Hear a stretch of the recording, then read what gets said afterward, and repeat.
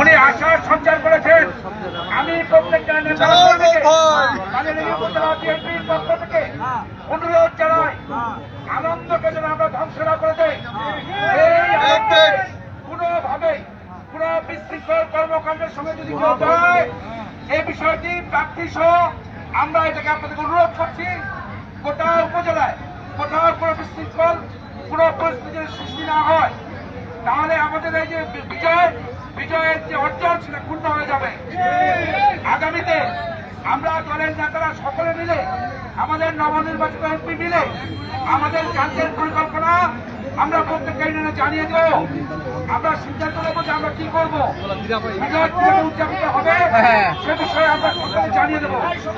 অনুরোধ করছি আপনার সকলে সুশৃঙ্খল ভাবে সারাদিন কাজ আছেন, বাড়ি গিয়ে রেস্ট নিন, আনন্দের সাথে বাড়ি যান এবং সবাই বিশ্রাম গ্রহণ করুন।